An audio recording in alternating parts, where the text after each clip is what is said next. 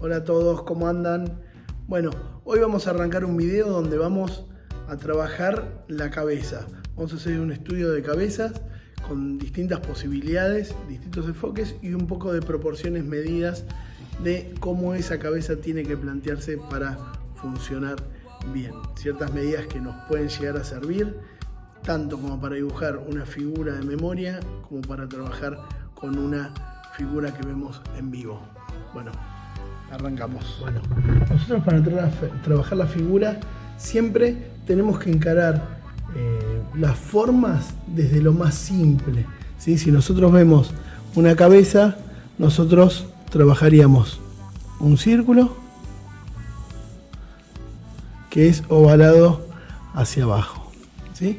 Digamos, sería una forma simple de encarar esa figura, ¿no? Esa figura donde sabemos cómo funciona. La cabeza funciona en una fase, si nosotros vemos el cráneo, funciona desde una base compacta que tendría que ver con el círculo de arriba y una parte móvil que tendría que ver con esa forma que le arma la gota, que sería la mandíbula. Si la vemos de frente, fíjense que es una imagen que la podemos tomar dentro de una idea circular, ¿sí? Y donde se escaparía más a esa idea almendrada o esa idea más alargada, ovalada, tipo globo, con la mandíbula, ¿sí? El cráneo está formado por una parte móvil y una parte compacta, ¿sí? Una parte móvil que está sostenida dentro del cráneo por distintos sistemas musculares, que es esta mandíbula, este maxilar inferior, y otra parte compacta donde funcionan todo el resto de la cara, ojos, nariz y media boca sería. Una parte frontal que tenemos un montón de información, ¿sí? De las partes, una parte lateral donde estarían las orejas, parte superior que mucha información, al igual que la anterior, no tienen, sino que acompañan más esta información de primer plano, y más que en muchas figuras estas partes van a acompañarse con pelos. Esta formación ósea va acompañada por un sistema de órganos más un sistema de musculación, donde tenemos ojos que van a estar cubiertos por músculos, nariz que van a sobresalir, al igual que las orejas, y bueno, todo el sistema muscular y el sistema de pieles. Vamos a armar ese esquemita, ¿sí? Fíjense que nosotros tenemos un esquemita frontal y el esquemita lateral, si mantenemos la misma proporción, va a ser un poquito más alargado hacia atrás, ¿sí? Como lo vemos en el cráneo que les acabo de mostrar. Si nosotros empezamos a ver ejes dentro de estas figuras, lo primero que tenemos que ver es el eje del medio, ¿sí? El eje del medio va a dividir a la cabeza en dos partes casi iguales, donde de un lado va a estar un ojo y del otro un ojo, del otro lado va a estar media nariz y del otro lado está media boca. De un lado va a haber oreja y oreja. En el caso del perfil, ese eje va a estar circulando el perfil total. Se vería ese eje a medida que vamos girando, ¿sí? O vamos haciendo 3/4 de perfil, ese eje va a empezar a girar, ¿sí? Y va a girar a medida que se va enderezando ese cráneo hasta volver casi vertical con el plano frontal. Ese eje es un eje que recorre la parte superior del cráneo y que termina en la parte inferior del cráneo con las extremidades que más alargan el recorrido craneal, que está en la unión de la parte superior y anterior del cráneo y en la parte de la mandíbula, ¿sí? Haría todo este recorrido, ¿sí?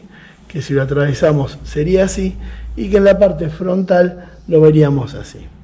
Nosotros a esa cabeza la podemos dividir en partes según las proporciones que nosotros podemos trabajar, ¿sí? Para poder tener un esquema simple de cómo plantear esas medidas que van a ser universales dentro de todas las figuras. Esas medidas para tener en cuenta, nosotros tenemos que calcular que el cráneo es un cubo, o entraría dentro de una forma cúbica, ¿sí? Donde tendríamos una parte frontal, una parte lateral, una parte superior y una parte anterior, ¿sí? Donde esos laterales que van a armar ese cráneo, ¿sí? o esa cabeza, van a pertenecer a distintas partes.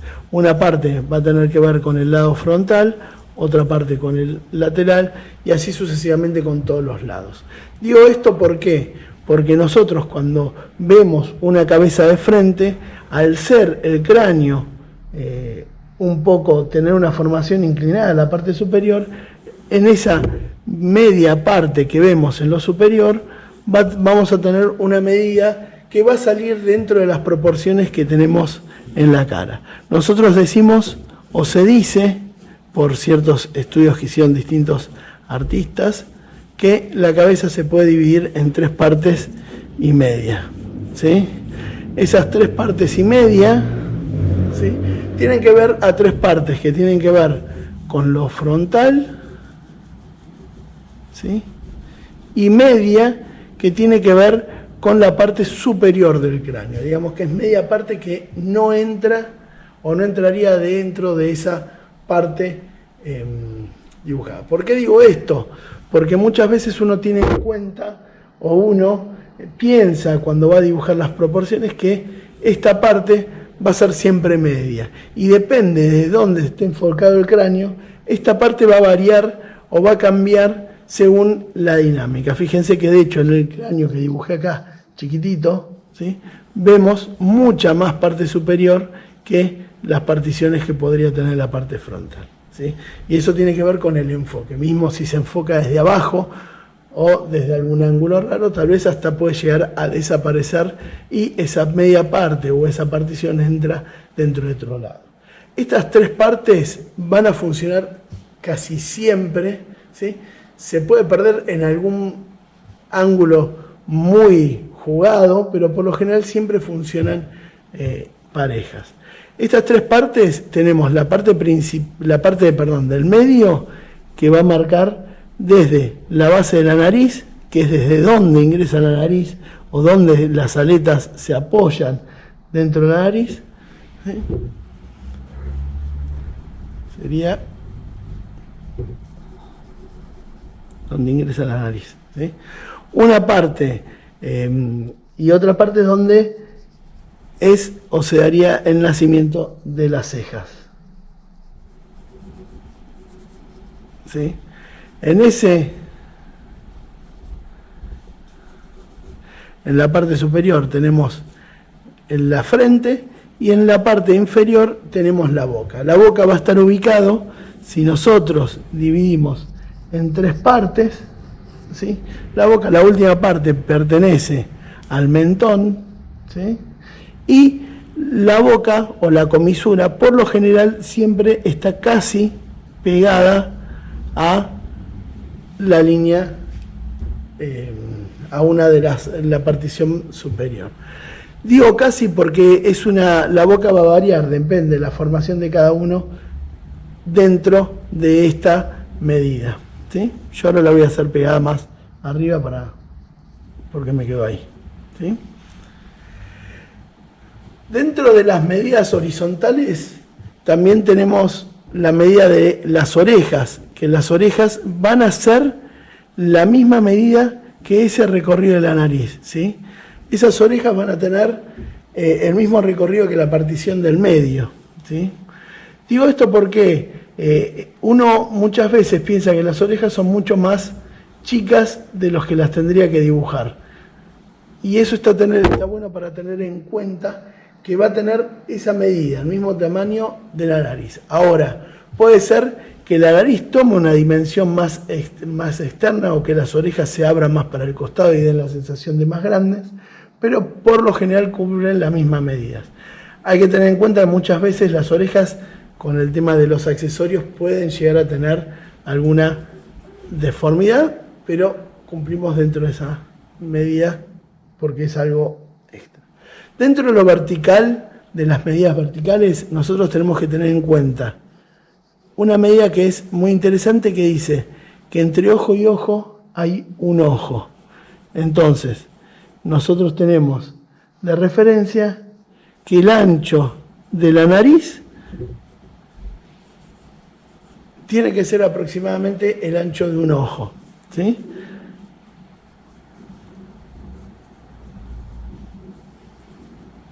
¿Sí? Otra medida que es interesante, que dice que en medio de ojo al perfil, en una cara frontal, hay aproximadamente medio ojo, ¿sí? Es una medida que es interesante porque a veces, yo siempre digo, es interesante ver qué distancia hay del ojo a la nariz, porque nos va a cambiar según el giro que tenemos. Tal vez no es interesante o no es importante saber que hay medio ojo para los laterales, porque es una medida que es muy rara que en un modelo natural o en un ángulo natural la veamos, pero sí es interesante desde ver desde prestar atención a esa espacialidad, ¿sí? Y por otro lado, para tener en cuenta que esa espacialidad que tenemos ahí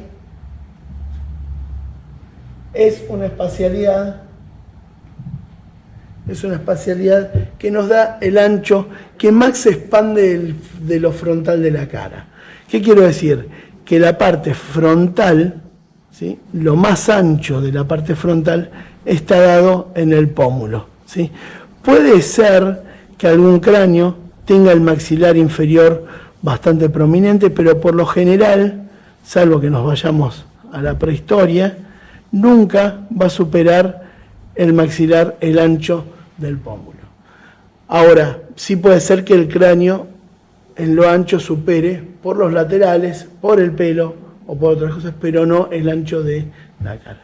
La frente va a estar dada, en la tercera partición va a estar la frente, y en esa partición que marcamos en medio es donde nacería el pelo, ¿sí? Digamos que ahí tendríamos la ubicación del pelo, en el nacimiento de esa media parte superior, ¿sí? Fíjense cómo la cabeza se arma sola, ¿sí? Ahora le voy a dar un poquito más de forma, ¿sí? Se arma sola, se ubica bien y tiene que ver y está armada simplemente con estas medidas universales. No es parecido a nadie, pero son medidas que si nosotros ponemos a vernos a distintas imágenes fotográficas o vernos entre nosotros, vamos a encontrar que todos tenemos estas proporciones llevadas a las proporciones de cada uno, ¿sí? En el lateral funcionaría lo mismo. Tendríamos el lateral donde nace, donde está la nariz, nacería el lagrimal del ojo. El tema es como está de perfil, lo vemos escondido y vemos simplemente la mirada, ¿sí?, sin el lagrimal, porque el lagrimal se va a esconder detrás de esa vuelta que tiene la cavidad ocular. La boca va a estar igual, ¿sí? Sale el mentón.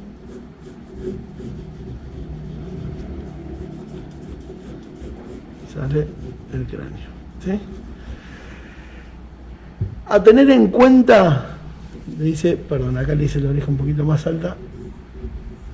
Vamos a hacerlo igual para respetar la misma medida, ¿sí? Hay que tener en cuenta que es importante que, fíjense que yo marqué que estas líneas funcionan como paralelas, ¿sí? Y funcionan perpendiculares al eje a los ejes verticales, ¿sí? Digamos que son líneas que se cruzan. Si van girando, esas líneas se van a cruzar perpendiculares, pero de forma circular, ¿sí? Digo esto ¿por qué? Porque está bueno o nos sirve de proporción cuando empezamos a comparar. Digamos que esta línea, al ser igual a esta, ya puedo ubicarme perfecto, puedo ubicar perfectas las verticales sin necesidad de irme a lo curvo. Puede ser que use lo curvo en algún caso o que lo tenga en cuenta porque el cráneo es curvo, pero a veces nos conviene relajar un poco con la idea curva, comparar con las verticales e ir al otro. Si uno se maneja bien dentro de lo circular de lo curvo, es más interesante porque uno logra captar más esa idea volumétrica que tiene el cráneo.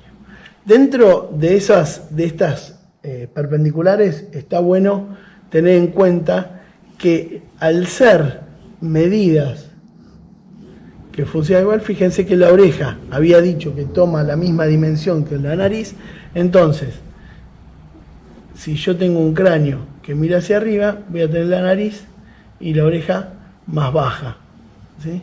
Y todas las partes, boca, ojos, cejas, esa perpendicular con esa diagonal que va a estar dada por ese eje ya que marca la nariz y la oreja.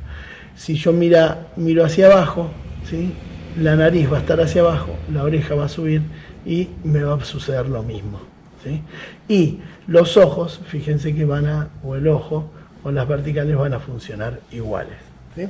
Digo esto porque a veces está bueno tener en cuenta, o para posicionarse en un primer planteo, cuál es la posición de la nariz en relación a la oreja, y a partir de ahí puedo como armar todo ese esquema de una forma más fácil, porque todas las líneas van a funcionar en base a esa vertical que divide el cráneo en dos, y a ese eje que divide el cráneo en dos, y a esos ejes horizontales. Por otro lado, si nos vamos a las partes, fíjense que yo acá armé la nariz que sobresale un poquito, que va a subir un poquito hacia arriba, ¿sí? Donde la base engancha la primer plano y la nariz sale. Acá la nariz, ¿sí? Tengo esa parte de abajo que es la parte que veo ahí hundida. Digo esto ¿por qué? Porque muchas veces cuando nosotros tomamos la medida de la nariz no se toma en relación a la punta de la nariz, sino se toma al ingreso donde apoya la nariz, ¿sí? ¿Por qué? Porque esa nariz, que puede ser, en este caso es una nariz donde le vemos parte inferior, pero puede ser una nariz que sea la punta más caída, ¿sí? O puede ser la punta más alta, me va a cambiar las medidas, pero el ingreso es el que nosotros tenemos que tener en cuenta para ese planteo, ¿sí? Digamos que este sería un poquito el planteo de cómo plantear esas proporciones, de cómo tener esas medidas. Ahora, una vez que tenemos las medidas, nosotros nos tendríamos que empezar a ver, o tendríamos que empezar a ver cada parte. Si nosotros vemos las partes, tenemos que tener en cuenta distintas actitudes que tienen cada una de ellas, ¿sí? Los ojos van a funcionar dentro de formas óseas, dentro de una forma ósea, ¿sí? que es en forma casi trapezoidal.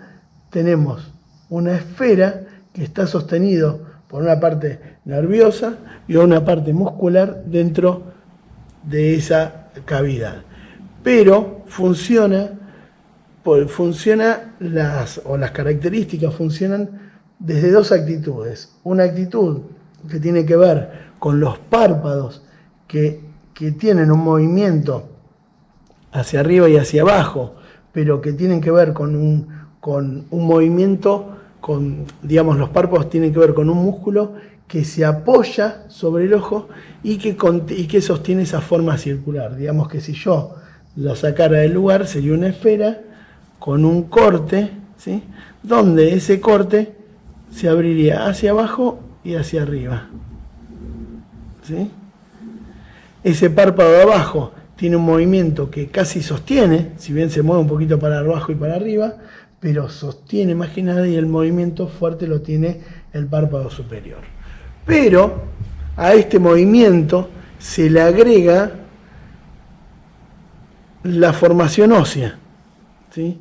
Al agregarse la formación ósea, o esa cavidad ósea donde está apoyado, ese párpado va a unirse con la parte o con la formación craneal, tomando distintas formas, donde por lo general respetan una curva, tienen algún choque de corte y terminan en curva.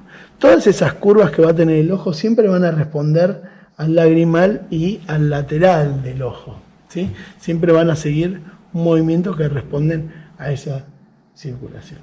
Como el párpado, acá lo vemos de perfil, vendría con ese acompañamiento. Si acá lo vendríamos de frente, vendría más o menos así, ¿sí? El párpado de abajo, que a veces se marca, tiene un movimiento que va a funcionar con la parte del pómulo, ¿sí? ¿Sí? Muchas veces, para ubicar bien el ojo, está bueno trabajar la mirada, ¿sí? La mirada nos va a dar bien esa posición o esa lectura de cómo es el ojo. Yo siempre suelo decir que está bueno pintarla, aunque sea suavecito, y después definirla como es en pupila y en iris y todo bien el detalle, ¿sí? ¿Por qué? Porque me ayuda a ver bien si la posición, o cuando dibujamos los dos ojos, si los dos ojos miran igual o se acomodan igual. Para tener en cuenta en esa mirada o en ese recorrido, hay que tener en cuenta que por lo general el iris se cubre por el párpado de arriba y casi se apoya en el párpado inferior, donde ese corte que hace, uno tiene que tener en cuenta que continuaría el círculo como si existiera, pero está tapado, porque muchas veces uno al primer dibujo hace un ojo que se sostiene flotando en el medio, ¿no? Cuando el ojo flota en el medio o se va abriendo la mirada, habla de una mirada que responde más a una idea de susto o de sorpresa, ¿sí? A medida que ese párpado se va cerrando, ¿sí? Se va durmiendo el ojo, se va relajando el ojo y se va durmiendo el ojo, al igual que si se va cerrando el de abajo. También, por otro lado, hay miradas provocadas. Esto sería una mirada normal, pero una mirada puede estar muy inclinada hacia el lateral, ¿sí? O puede estar mirando hacia abajo. Pero son miradas que me están provocando una lectura distinta que se escapa dentro de lo que podría llegar a ser una mirada natural, ¿sí? En el caso de la nariz es una estructura que se arma casi ósea, que sobresale, una estructura ósea que sobresale, ¿sí? Como una estructura rígida, donde está sostenida por distintos cartílagos que sostienen esa formación, donde no va a tener mucha acción, sino que va a tener una forma y una presencia casi escultural o escultural dentro de esa cabeza. Va a tener tal vez algunos movimientos expresivos, que puede ser cuando la nariz se frunce, ¿sí? O algún pequeño movimiento cuando la nariz arme alguna lectura en relación a la boca, ¿sí? Pero no tiene tanta expresividad como la podemos encontrar en distintas actitudes de los ojos. Tanto la nariz como la oreja se mantienen dentro de una idea más estática dentro del cráneo. La boca, en el caso de la boca, al igual que los ojos, tenemos varios sistemas, varias formas musculares que van a sostener a la boca hacia distintos lados, ¿sí? Yo les dibujo algunos como para que vean. Después ya haremos un video como más específico de esto, ¿sí? Mismo la mandíbula va a estar sostenida por un sistema muscular, porque piense que está flotando dentro de ese cráneo, ¿sí? Y a la vez está sostenido por un músculo que es el orbital de los labios, o el orbital de la boca, que tiene un corte, que funcionaría con esta idea de el ojo, ¿sí? Y encima teniendo en cuenta que la boca también tiene un movimiento circular. Uno muchas veces la boca la dibuja recta o un poquito inclinada, pero uno, si va a la formación craneal, piensen que esas mandíbulas, ¿sí? Fíjense que tiene, si bien lo podemos ver recto, fíjense que tiene una idea curva, ¿sí? Y va a responder dentro de una curva, y ese músculo va a bordear eso y va a sostener esa formación. Una formación que con el corte nos puede dar esa apertura, ¿sí? Digamos que ese corte nos va a dar esa apertura para nosotros, en el caso nuestro, comer, respirar. beber. Ese corte que tiene la boca, ¿sí? Es el más expresivo que tiene la boca en sí. Los labios van a acompañar ese movimiento de la boca. Digamos que si yo dibujo una boca, lo primero que tengo que dibujar es la comisura para ver cómo es esa expresión o ese gesto de la boca. Sea una boca en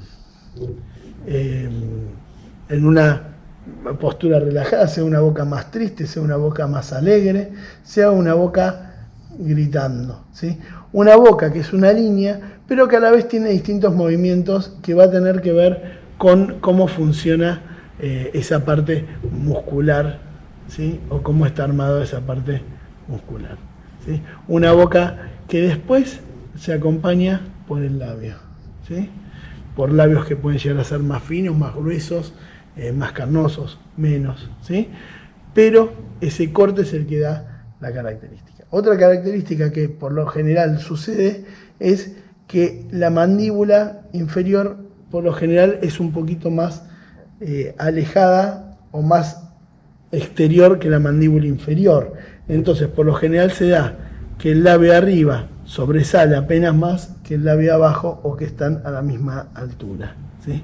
Digamos que ese movimiento de perfil que tengo en la boca, fíjense que sale, entra hacia la comisura, vuelve a salir, vuelve a entrar y sale hacia el mentón, ¿sí? Dando una idea del cráneo curvo, ¿sí? En esa mirada lateral. En el caso de acá, fíjense que yo dibujo ahí, tengo el labio superior y el labio inferior, ¿sí? El labio, cuando nosotros trabajamos con sombras, por lo general respeta una sombra acá, que es la que nos da el volumen, ¿sí?